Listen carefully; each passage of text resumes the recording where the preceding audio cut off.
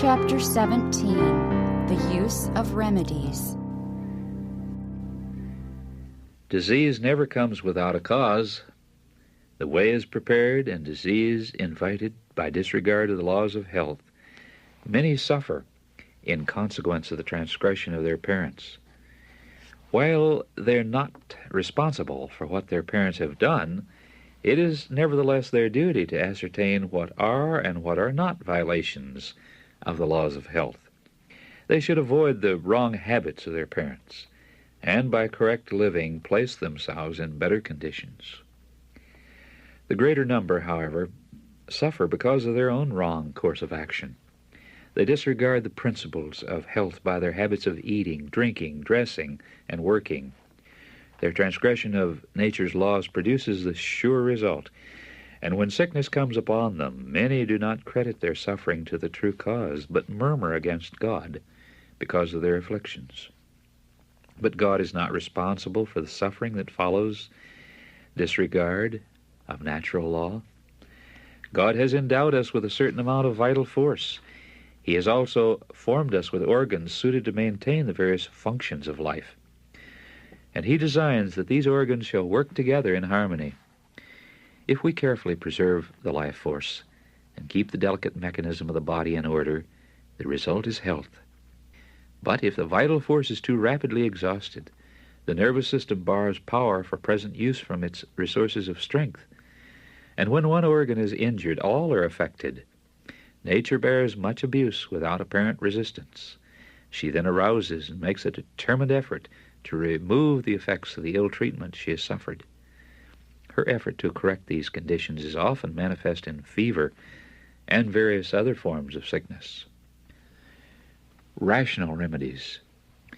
When the abuse of health is carried so far that sickness results, the sufferer can often do for himself what no one else can do for him.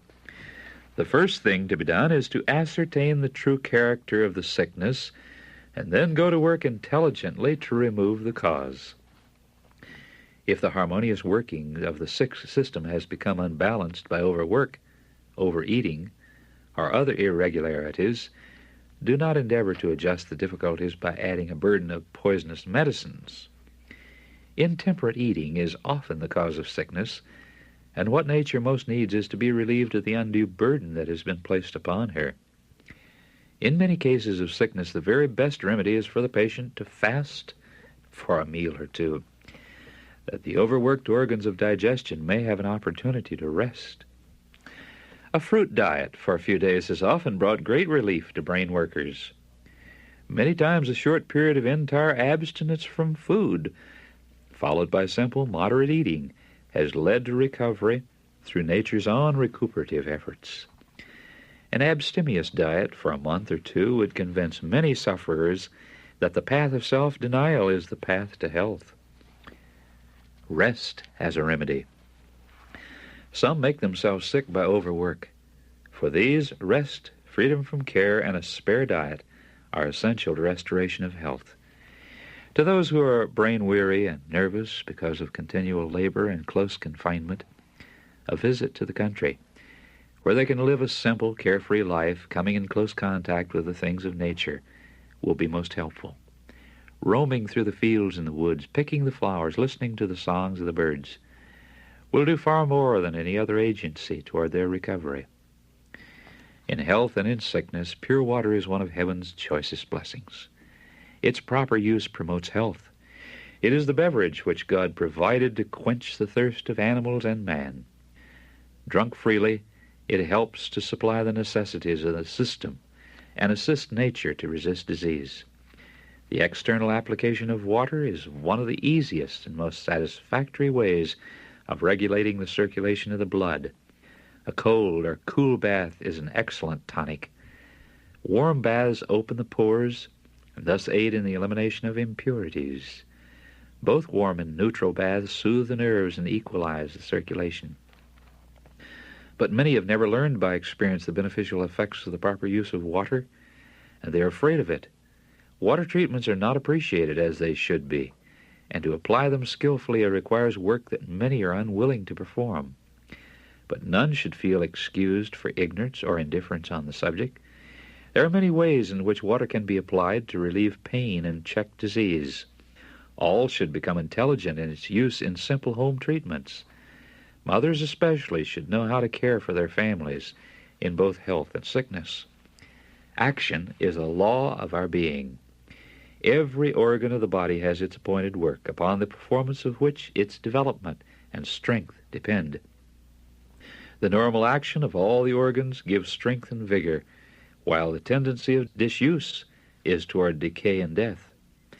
Bind up an arm, even for a few weeks, then free it from its bands, and you will see that it is weaker than the one you have been using moderately during the same time. Inactivity produces the same effect upon the whole muscular system. Inactivity is a fruitful cause of disease.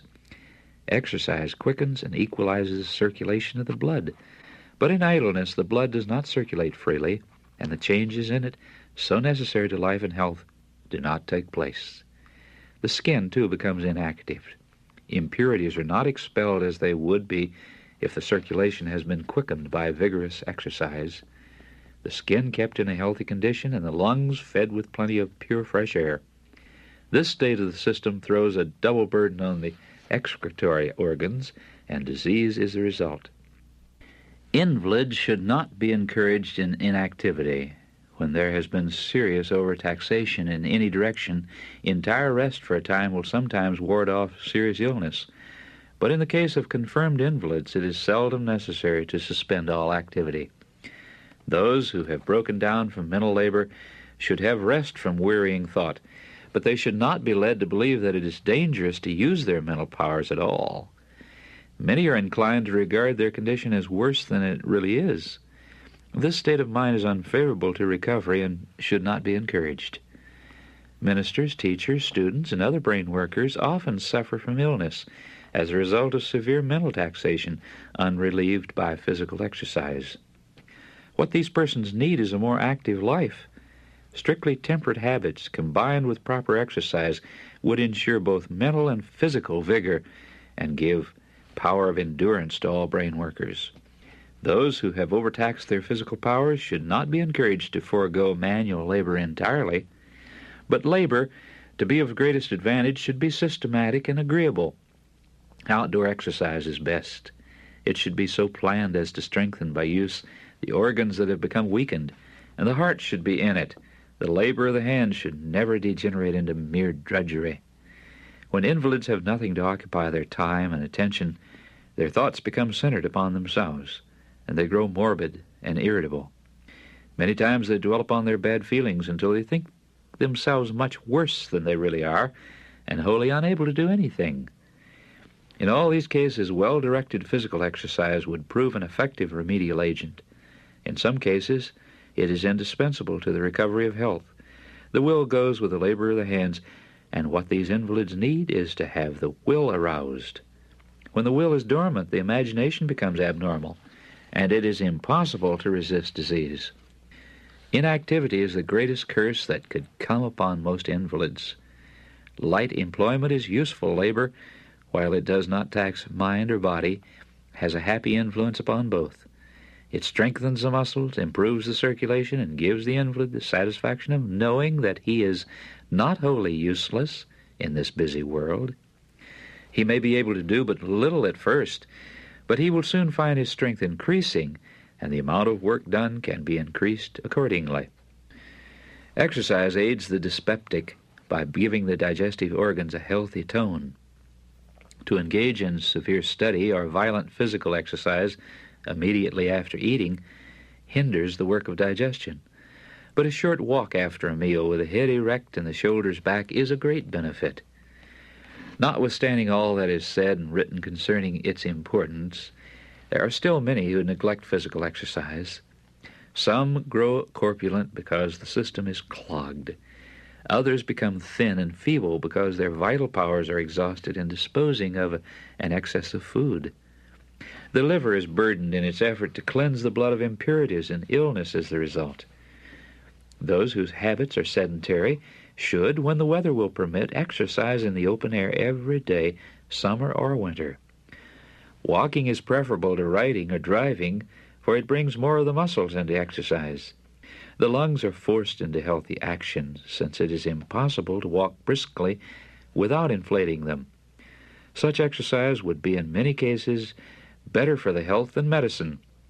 Physicians often advise their patients to take an ocean voyage, to go to some mineral spring, or to visit different places for change of climate, when in most cases, if they would eat temperately and take cheerful, healthful exercise, they would recover health and would save time and money.